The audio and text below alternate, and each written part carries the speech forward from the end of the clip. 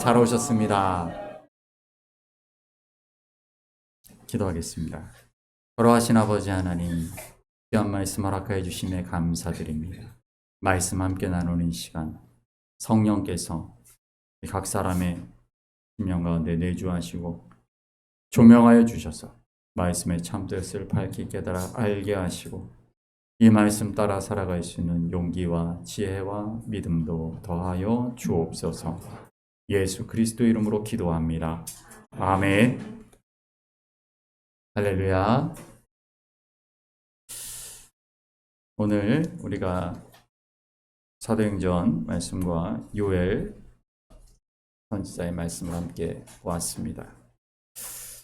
특별히 먼저 사도행전 2장 1절에서 4절까지 우리 김여원 집사님께서 읽으셨던 말씀을 보시게 되면 2절에 보면 후련히 하늘로부터 급하고 강한 무엇과 같은 바람 같은 소리가 임하여 가득하였다. 온 집에 가득하였다가 어떤 온 집이죠? 마가의 다락방이라고 우리가 부르는 그 집이죠. 제가 예전에 마가의 다락방 집 사진을 보여드린 적이 있는데 추정하는 그때 당시에 다락방이라는 개념이 영어로 이제 upper room이라 그래서 그냥 2층입니다. 2층. 우리말로 번역을 하다 보니까 옛날에 지금 우리 상황에서는 새로 번역을 한다면 2층이라고 번역하는 게 맞아요.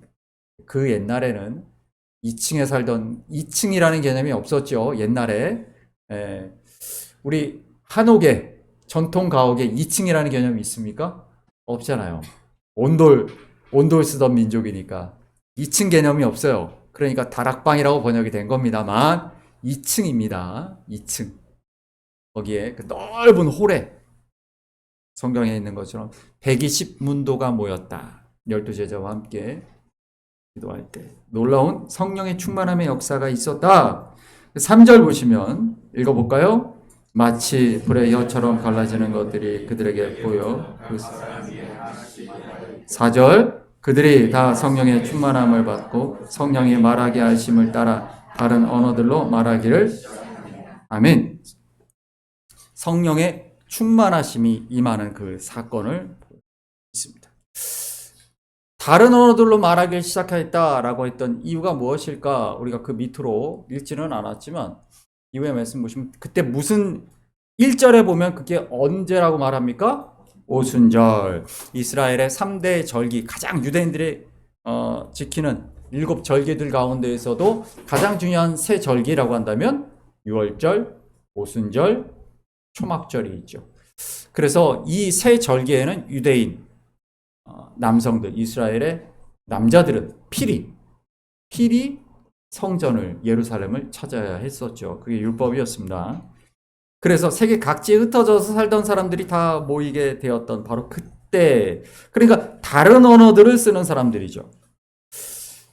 이들이 베드로를 통해서 그리고 제자들을 통해서 예수 그리스도의 십자가와 복음을 각각 다른 언어들로 세계 각국에서 모였던 이들에게 다른 그들의 언어로 증거하는 사건이 벌어졌다라는 것이죠. 이 의미가 무엇인가? 우리가 이 의미를 정확히 알기 위해서는 창세기 11장 7절 8절의 말씀을 보아야 합니다. 한번 읽어봅니다. 자, 우리가 내려가서 너를 혼잡케 하여 알아듣지 못하게 하자 하시고 지면에 흩으신 거로 그들이 성사키를 아멘.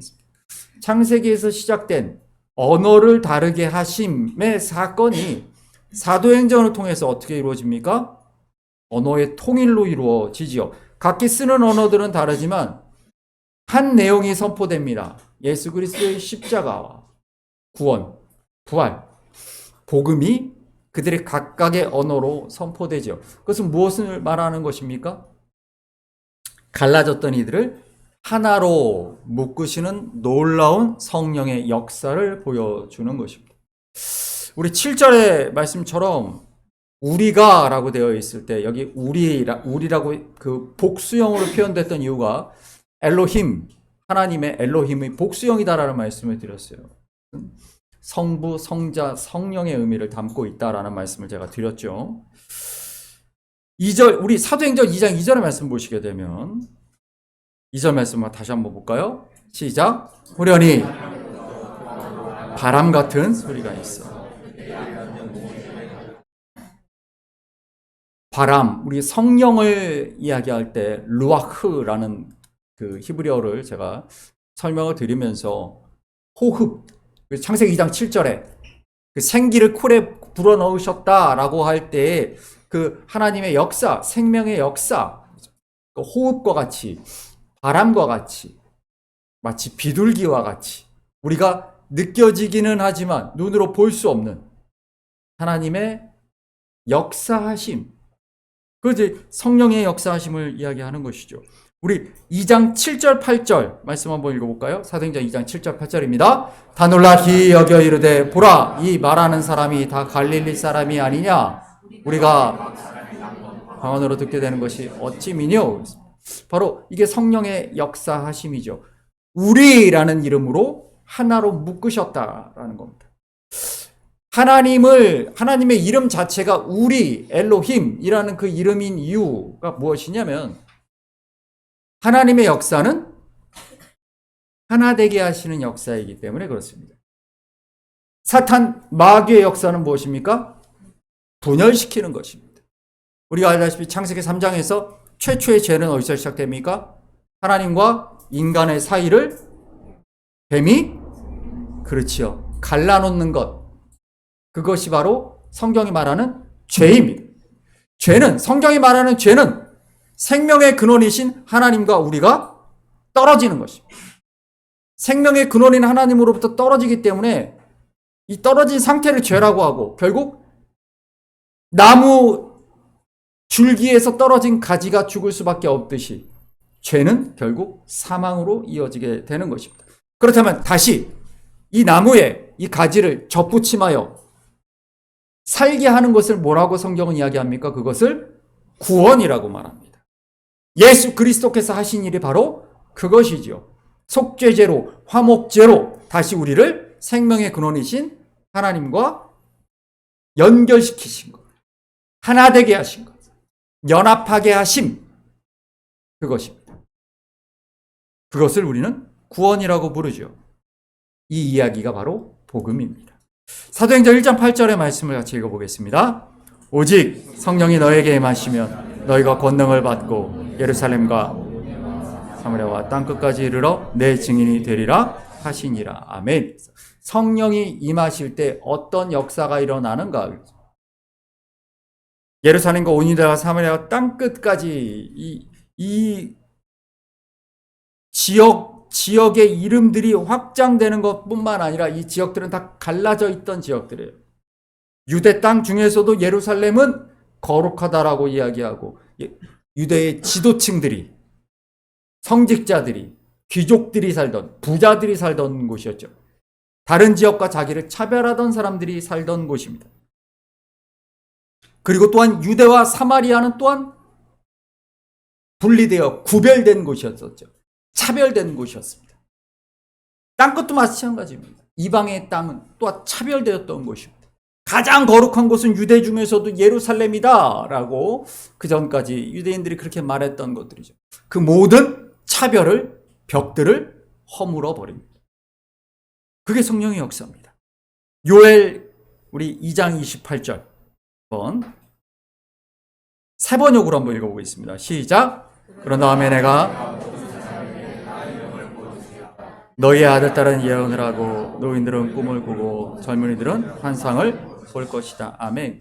성령이 임하시면 여기에 아들딸은, 노인들은, 젊은이들은 이라고 표현됐던 이유가 뭐냐면 공동체에게 각기 다른 소명을 주신다라는 이야기를 하고 있는 것이죠. 우리가 한 몸의 지체다라고 말한다면 우리 몸에는 팔만 있습니까? 아니에요.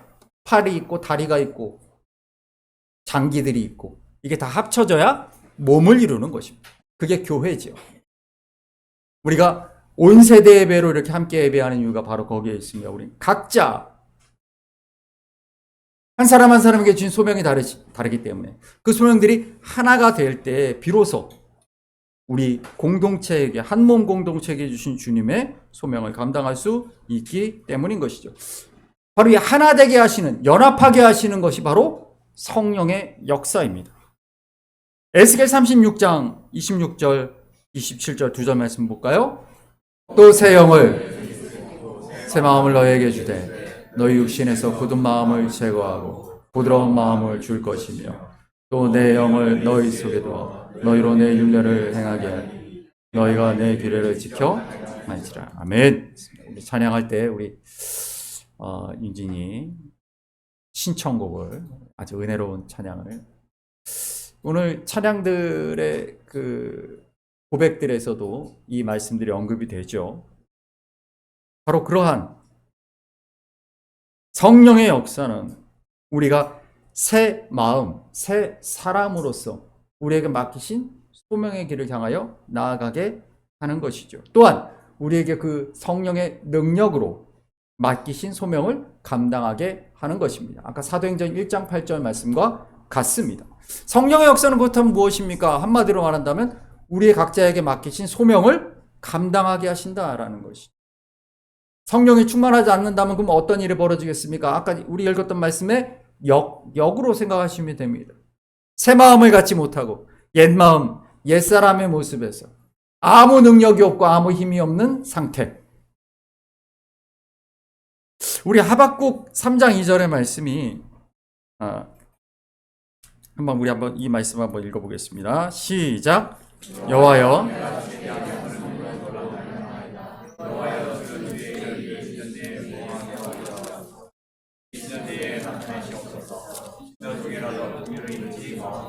아멘. 네, 절수가 잘못됐습니다. 2절입니다. 부흥이라는 단어가 성경에 딱 한 번 나옵니다. 근데 제가 번역 얘기를 자꾸 하는 이유가 뭐냐면 이 부흥이라는 단어가 지금 한국교회에서 쓰는 그 부흥하고 상관이 없습니다. 이 부흥이라는 단어의 원래 의미가 무엇인가? 히브리어를 보시게 되면, 원어를 보시게 되면 카야라고 되어 있죠. 카야. 영어로는 우리가 리바이벌 할 때 리바이브라고 하죠.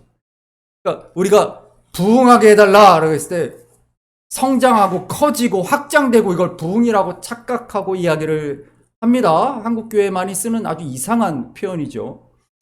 부흥이라는 단어 자체가 그 한자로도 다시 흥한다라는 뜻이잖아요. 이건 카야라는 이 히브리어는 산다라는 뜻입니다. 다시 살린다. 말씀을 한번 읽어보겠습니다. 에스겔 37장 5절입니다. 주 여호와께서 이 뼈들에게 내가 생기를 너희가 살아나리라. 히브리어 원어를 보시게 되면 여기 보시면 바로 카야라는 말이죠. 루아크. 성령으로, 여기 영어로 이제 브레스라고 되어 있던 이 말씀도 여러분 기억하시죠? 호흡. 호흡, 바람, 숨, 이게 다 생명, 생기 이렇게 번역이 됐습니다. 같은 겁니다. 그것이 살게 하리라 카야라고 말하는 것이죠. 그러니까 하박국 3장 2절은 주여 우리가 부흥하게 해달라 이 소리가 아니에요. 이 하박국 선지자가 예언했던 게 뭡니까? 유다의 멸망이에요.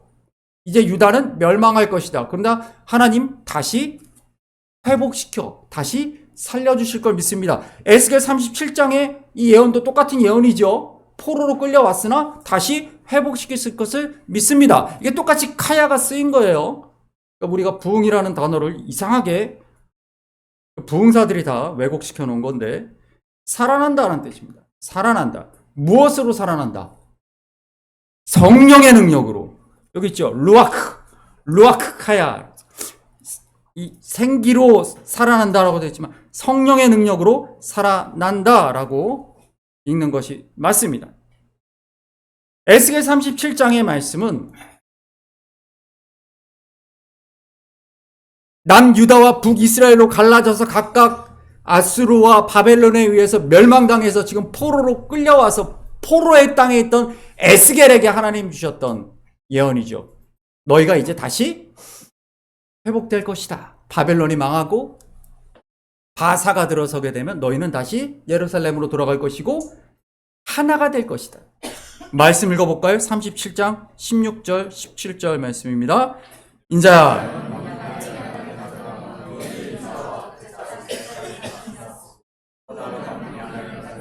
그의 에브라임의 막대기 곧 요셉과 그 짝 이스라엘은 온 족속이라 쓰고 그 막대기들을 서로 합하여 내 손에서 둘이 하나가 되리라. 22절도 있습니다. 땅 이스라엘 모든 산에서 그들이 한 나라를 이루어서 한 임금이 모두 다스리게 하리니 그들이 다시는 두 민족이 되지 아니하며. 아멘. 우리 지난 주간에는 한국 전쟁, 우리가 6.25 전쟁이라고 부르는 동족 상잔의 비극이 있었던 것을 우리가 기억합니다. 여기서는 6.25를 직접 겪으신 우리 분들도 계실 것이고 역사로 기억하는 분들도 있을 것이고 우리나라는 지금 현재 이렇게 마치 남한국 유다와 북한국 이스라엘이 나뉘어져서 결국 멸망당했던 것처럼 우리도 지금 오랜 시간 이렇게 분열되어 있죠. 우리가 늘 기억해야 될 것, 특히 그리스도인들이 기억해야 될 것은 무엇이냐면 통일을 위해 기도해야 된다라고 했을 때 왜 통일을 위해 기도해야 되는가라고 한다면 하나 되게 하고 연합하게 하시는 하나님의 성령의 역사하심을 우리가 따라야 하기 때문입니다. 제가 몇 주 전에도 그 말씀을 나눴었어요. 손님이라는 황석영 소설가의 그 책을 소개하면서 남과 북이 분단되었을 때 어떤 한국 교회가 책임이 있다라는 말씀을 나눴었는데 그런 이야기들이 참 잘 언급되지 않지요. 우리가 발에 딛고 사는 이 땅의 역사 가운데 우리 분명히 기억해야 될 부분들이 있어요. 특히 우리 다음 세대가 기억해야 될 부분들이 있어요. 여러분들이 해야 될 일이니까. 여러분 사진 한 장 보여주십시오. 스페인 독감을 아십니까? 우리는 코로나 팬데믹 사태를 다 같이 겪은 사람들이죠. 우리 나중에 우리 지호나 시은이가 나이가 이제 엄마 아빠 나이가 되면 자녀들에게 얘기하겠죠. 야, 니네 코로나가 뭔지 알아? 야, 얼마나 대단했는지 알아 그때? 야, 막 이렇게 얘기했겠죠. 100년 전에 인류 최초의 팬데믹입니다. 스페인 독감. 여기 보시면 당시 세계 인구 16억 중에 1억이 사망했다. 어마어마한 스페인 독감이 있었습니다. 그런데 1918년 3월에 시작이 된 거죠. 그러니까 정확히 코로나 팬데믹 100년 전이죠. 그렇죠? 그런데 이 전 세계를 강타했던 스페인 독감이 우리나라에는 안 왔을까요? 우리나라에도 영향을 미쳤습니다. 다음 보여주시면요. 네. 여러분, 3.1운동이 언제 일어났죠? 은서! 3.1운동이 몇 년에 일어났지? 3.1운동? 3.1운동은 몇 년도에 일어났습니까? 제가 오늘 얘기하면 이제 평생 안 잊어버릴 거예요. 1919년. 어떻게 외워요? 아이고, 아이고. 영어 아이고, 아이고.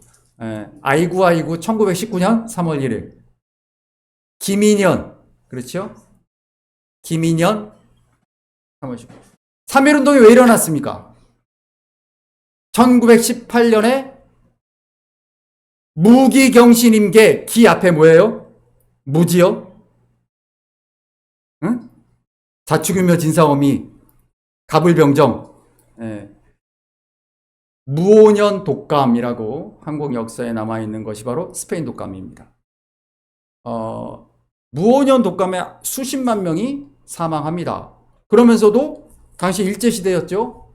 제대로 조선 사람들을 치료하지 않아요. 일본인들은 치료하면서 조선 사람들은 제대로 치료하지 않았어요. 그 무오년 독감으로 수십만 명이 죽어가는 상황 속에서 그게 폭발한 게 그 다음에 1919년 3.1운동입니다.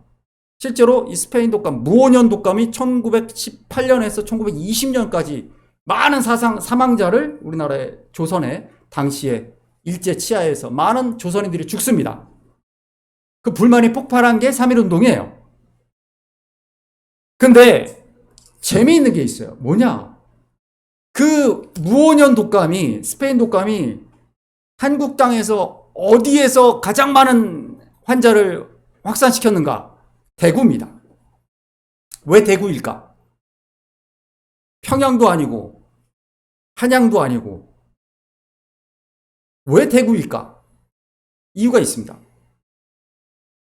기차역을 따라 기차가 이 만주에서 출발한 기차가 닿는 기차역을 따라 쭉 독감이 무오년 독감이 확산되는데 그 중에서도 대구가 왜 가장 폭발적으로 환자가 늘어났냐면 당시에 만주에서 독립운동하던 항일운동하던 의병운동하던 분들을 지원하던 곳이 바로 대구예요. 가장 많은 지원을 했던 곳입니다. 그래서 가장 많은 독립운동가들이 대구에서 오고 갔어요. 만주를. 그래서 스페인 독감이 대구에서 폭발한 겁니다. 그런데 당시에 한국의 우리나라의 독립운동은 공산당하고 떨어질 수가 없어요. 근데 제가 여기서 말하는 공산당은 스탈린의 공산당이나 김일성의 공산당 얘기가 아닙니다. 그 독재자들이 지배하기 전에 노동자, 농민을 위한 당으로 처음에 만들어졌던, 변질되기 전에 레닌의 공산당을 얘기하는 겁니다.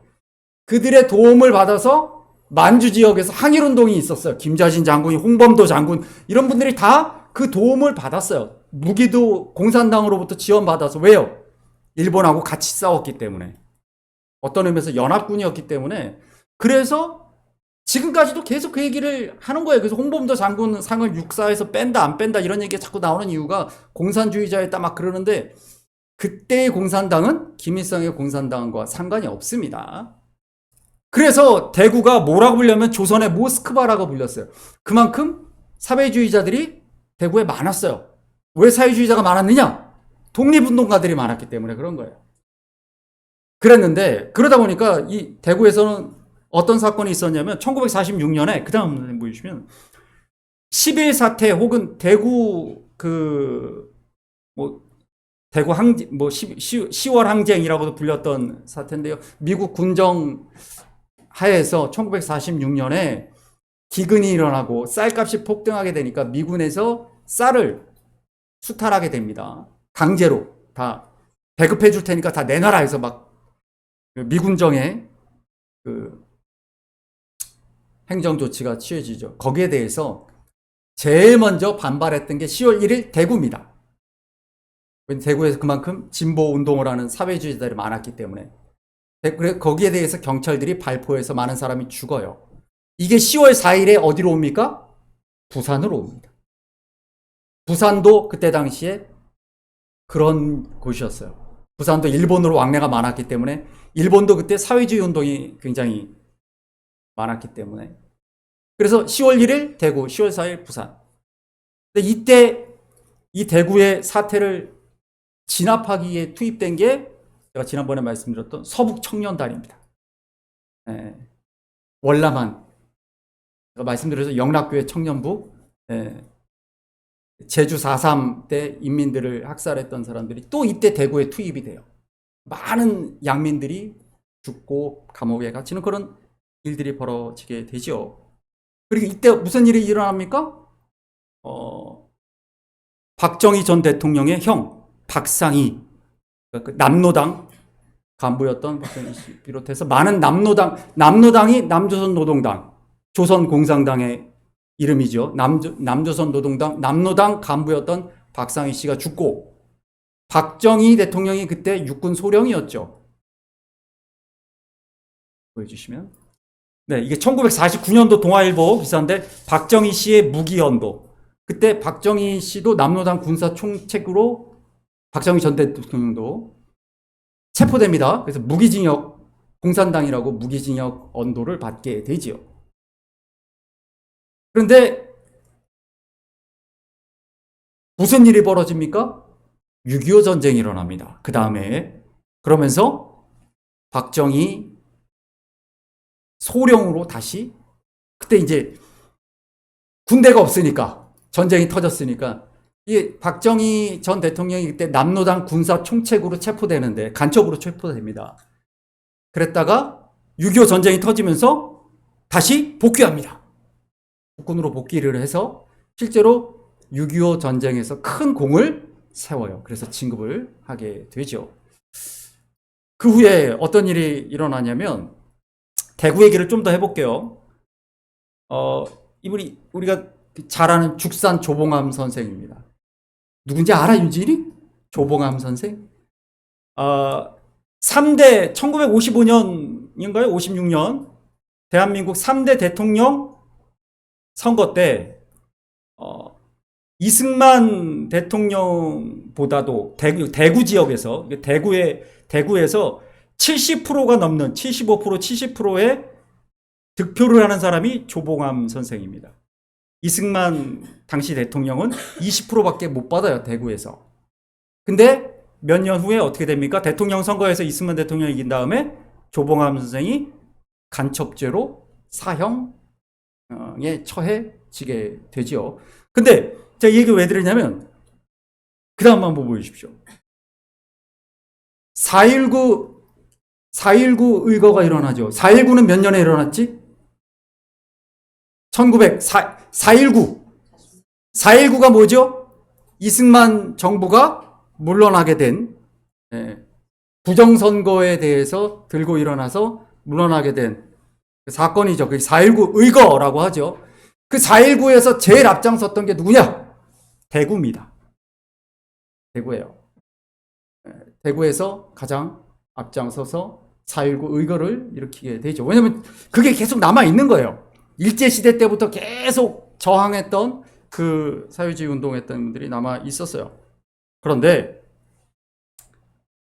4.19 다음에 무슨 일이 일어납니까? 그 다음에 5.16, 1961년 5.16 혁명이라고 불리기도 하고 군사 쿠데타라고도 불리기도 하죠. 그때 5.16 사건 때 박정희 대통령이 정권을 잡으면서 대구에 이런 4.19 의거를 주도하고 했었던 이들을 전부 다 감옥에 넣게 되고, 그러면서 대구는 이제 공산주의의 도시, 빨갱이의 도시, 이런 이름이었던 그 대구에 엄청난 탄압을 하게 되죠. 그래서 이제 대구는 빨갱이의 도시라는 오명을 눌러쓰고 살아갈 수밖에 없었어요. 그런데 내 가족들이, 친척들이 그렇게 감옥에 가고 끌려가고 죽고 이런 일들을 당하게 되면 어떻게 되느냐? 오히려 더 반공을 부르짖고 그렇게 되겠죠. 그래서 이 빨갱이의 도시라는 낙인이 20년 후에 어디로 갑니까? 1980년 5.18 광주로 옮겨가죠. 그러면서 이제 대구는 신분 세탁을 완전히 했어요. 이제 대구가 이런 역사를 갖고 있다는 걸 한국 사람들이 잘 모릅니다. 오히려 대구는 가장 반공적인 곳이 돼버렸지만 사실은 이런 아픔들이 있었단 말이에요. 대구에 수많은 사람들이 빨갱이로 몰려서 죽고 감옥에 갇혔던 아픈 역사가 있어요. 그래서 그들은 다 입을 다물고 살아갔던 것이죠. 그리고 오히려 더 남을 손가락질할 수밖에 없었던 그런 상황. 그러니까 사실 광주는, 여기 우리 전라도 분들도 계시고 경상도 분들도 계시기 때문에 제가 드리는 말씀입니다. 오랫동안 우리 한국은 어떤 지역을 묶어서 손가락질하고 차별하고 혐오하고 했었던 역사들을 갖고 있어요. 근데 그것을 따라 올라가 보면 아픔이 있고 상처가 있었어요. 그것 때문에, 내 상처 때문에, 내 아픔 때문에 다른 사람들을 손가락질하고 차별하고 분리되고 나뉘어져서 손가락질하고 싸워왔던 것이 한국의 역사입니다. 거슬러 올라가면 다 그 안에 눈물이 있고 상처가 있고 아픔이 있는 거예요. 근데 내 아픔 때문에 다른 사람에게 손가락질하고 싸우고 그랬던 역사예요. 근데 여러분, 이것이 한국의 역사만 그런 거 아니에요. 우리의 삶이 그래요. 왜 내가 저 사람에게 화를 내고 왜 저 사람과 내가 다투는가? 내 아픔 때문에, 내 분노 때문에, 내 상처 때문에 난 더 상처받고 싶지 않고, 그렇기 때문에 다른 사람에게 화를 내는 거예요. 가족 간에도 마찬가지입니다. 그래서 보면 결국은 다 깨어진, 내 앞에 내 심령이 깨어지고 내 상처 때문에 다른 사람에게 화내고 다른 사람을 미워하고 시기하는 것뿐이에요. 진짜 문제는 나에게 있는 거예요. 성령의 충만함이 나를 고치는, 나를 온전케 하는, 나를 샬롬으로 만드는 새 마음을 갖게 하는 것이라는 이 놀라운 성경의 말씀을 우리가 기억해야 될 필요가 있습니다. 우리가 통일을 이야기하기 전에 우리가 얼마나 그렇게 서로가 서로를 차별하고 미워하고 그랬는지, 한국의 역사들, 우리가 걸어왔던, 우리 아버지 어머니가 걸어왔던 역사이기도 하죠. 우리가 그것을 쉽게 이야기하면 안 돼요. 저 사람은 빨갱이야, 저 사람은 보수주의자야, 저 사람은 꼴통이야, 그런 식으로 얘기하면 안 됩니다. 이 차별과 혐오, 이 분리를, 나와 남을 분리시키는 것. 여러분, 예수 그리스도께서 이 땅에 오셔서 보여주신 것은 무엇이었습니까? 바로 그 분열의 담을 허무는 것입니다. 누가복음 5장에서 문둥병자를 치료하시는 예수 그리스도의 모습에서 무엇을 봅니까? 문둥병자는 당시에 하나님께 저주받은 사람이었어요. 죄인이었어요. 사람들이 접근하지 않았던 사람이에요. 근데 주님은 사람들이 손가락질하고, 바리새인들이 손가락질하고 죄인이라고 정죄하던 이들, 세리들을, 창녀들을, 사마리아 여인을 향하여 그 분열의 담들을 다 무너뜨리셨어요. 다 무너뜨리셨어요. 우리가 아까 사도행전 1장 8절에 있는 것처럼 예루살렘과 유대와 사마리아와 땅끝이라는, 이제 너희도 그 분열의 담들을 무너뜨려라. 나와 다른 사람을, 나는 거룩하고 나는 의인이고 저 사람은 죄인이고 정죄받아야 되고 분리돼야 되라고 말하는 이 벽들을 다 무너뜨리는 게 복음이에요. 그게 복음입니다.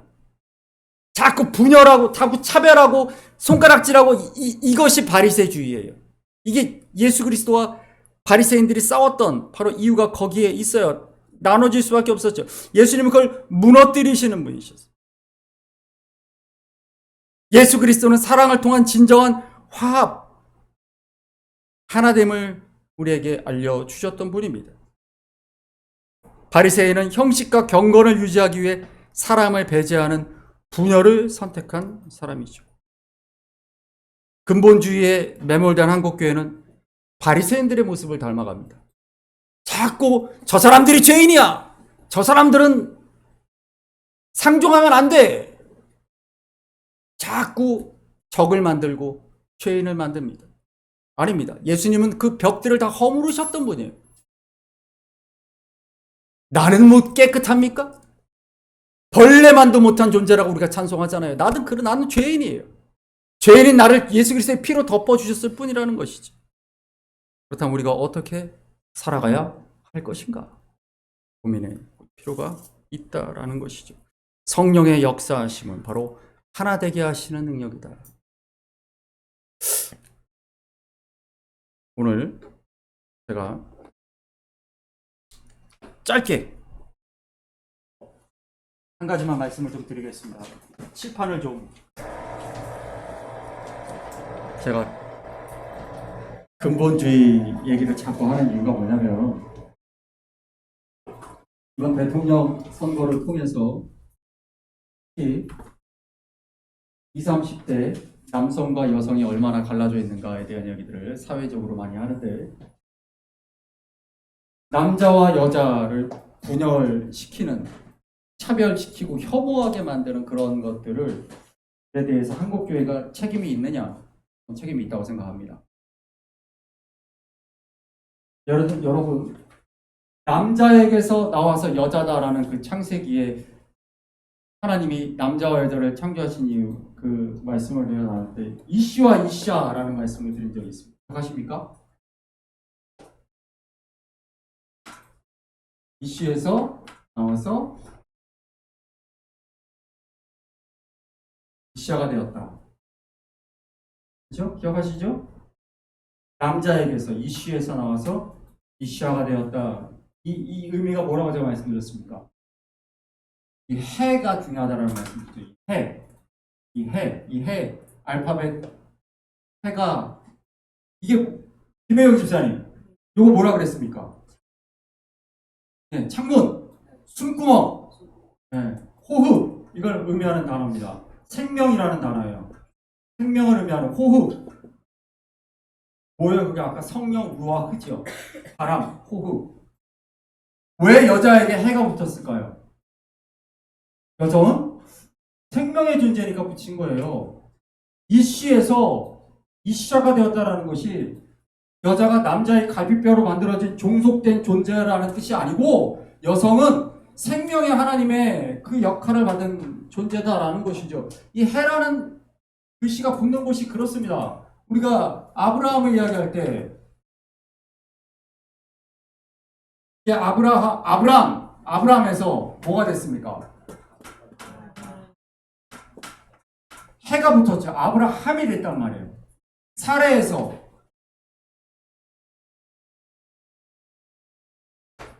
뭐가 됐습니까? 사라가 됐죠. 아브라함과 사라에 해가 들어가서 이름을 해를 붙이신 이유가 뭡니까? 열국의 아비고 열국의 어미가 되기 때문에 해를 붙이신 거예요. 마태복음 5장 18절에 보시면 천지가 없어지기 전까지 1.1획도 변치 않겠다라는 그 말씀을 잘못되게 우리 근본주의 선교사들이 잘못 가르쳐가지고 말씀을 달달달달 외우라고 한 글자도 틀리지 않고 외우라고 그러는데 1.1획이 그 뜻이 아닙니다. 1.1획이 뭐냐면 1점 여기 10번째 알파벳 요드를 얘기하는 거고 1획 6번째 알파벳 바브를 얘기하는 겁니다. 1.1획이라고 우리가 번역을 그렇게 했지만 요드와 바브를 얘기하는 거예요. 왜 요드와 바브를 이야기했을까 예수님이? 요드가 상징하는 게 뭐냐면 손입니다. 손. 여기에 달렛을 붙이면 야드라고 있죠. 야드가 뭡니까? 손이에요.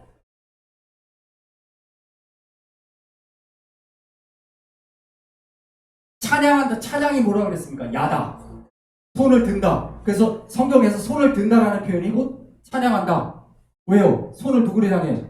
하나님을 향해. 야다가 또 갖고 있는 의미가 뭐라고 그랬습니까? 알다.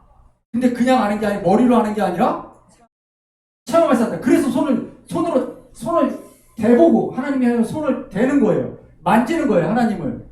경험해서 하나님을 알다 할 때 야다. 그게 야드예요. 이 바브는 제가 예전에 설명드린 적이 있었죠. 십자가를 설명하면서 이 바브에 대해서 설명드렸습니다. 이거 뭘 상징화하는 형상화한 거고 있어요?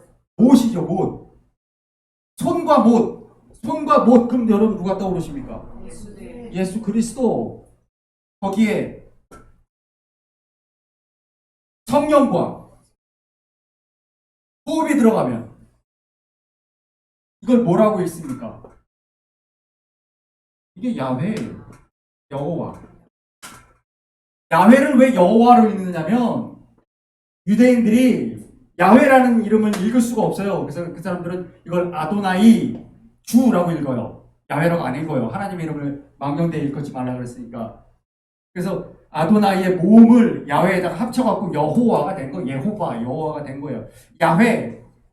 성령과 예수 그리스도가 합쳐진 이름이 야훼, 하나님이에요. 삼위일체의 개념이 이 안에 들어있단 말이에요. 1.1에 또 변치 않는다는 그 말씀이 딸딸딸딸 성경을 외우라는 얘기가 아니란 말이죠. 성령 하나님을 이야기하는, 생명을 얘기하는 것입니다. 성령은 그런 생명의 존재예요. 요한복음 17장 21절 말씀을 한번 보겠습니다. 요한복음 17장 21절 말씀 읽습니다. 아버지여, 아버지께서 내가 아버지 안에 있는 것 같이 그들도 다 하나가 되어 우리 안에 있게 하사 세상으로 아버지께서 나를 보내신 것을 믿게 하옵소서. 내게 주신 영광을 내가 그들에게 주었사오니 이는 우리가 하나가 된 것 같이 그들도 하나가 되게 하려 함이니이다. 아멘. 여호와라는 야훼라는 그 이름 안에 예수 그리스도와 성령 하나님이 들어있는 것처럼 삼위일체 하나님은 그렇게 하나 되게 하시는 분이라는 거죠. 에베소서 2장 13절 말씀 읽어봅니다. 시작. 이제는 전에 멀리 있던 너희가 그리스도 예수 안에서 그리스도의 피로 가까워졌느니라. 평이신지라 둘로 하나를 만드사 하시고 법조문으로 된 계명의 율법을 폐하셨으니 이는 이 둘로 자기 안에서 한 새 사람을 지어 화평하게 하시고 또 십자가로 이 둘을 한 몸으로 하나님과 화목되게 하려 하심이라. 원수된 것을 십자가로 소멸하시고 또 오셔서 먼데 있는 너희에게 가까이 있는 자들에게 평안을 전하셨으니 18절 이는 그로 말미암아 우리 둘이 한 성령 안에서 아버지께 나아감을 얻게 하려 하심이라. 아멘. 하나 되게 하시는 성령님. 우리의 여러분 그래서 차별과 분리, 차별과 혐오를 만들어내는 죄와 사탄, 마귀와 우리가 맞설 수 있는 것은 바로 하나됨입니다. 성령님의 능력으로 우리가 하나가 될 때 다 다르지요. 우린 서로 다 다릅니다. 생각도 다르고 다 달라요. 다름에도 불구하고 예수 그리스도께서 십자가를 지셨던 그 사랑으로 서로가 서로에게 양보하고 서로를 인정해주고 더 낮추고 하나가 되는 것. 우리 가족들 간의 관계에서 또한 우리 교회의 관계에서 더 나아가서는 세상의 그런 모든 담들을 무너뜨리고 연합하게 하는 것, 모든 미움과 시기와 질투와 차별과 혐오를 무너뜨리는 것, 그것이 예수 그리스도의 십자가 복음입니다. 그리고 그것이 성령의 사역입니다. 그 일에 우리를 부르신 줄 믿습니다. 우리가 그런 믿음으로 살아가는 하나 되게 하시는 성령님의 인도하심 따라 살아가는 저와 여러분 되시기를 소망합니다. 여러분 주변에 있는 찬양 함께 올려드리겠습니다.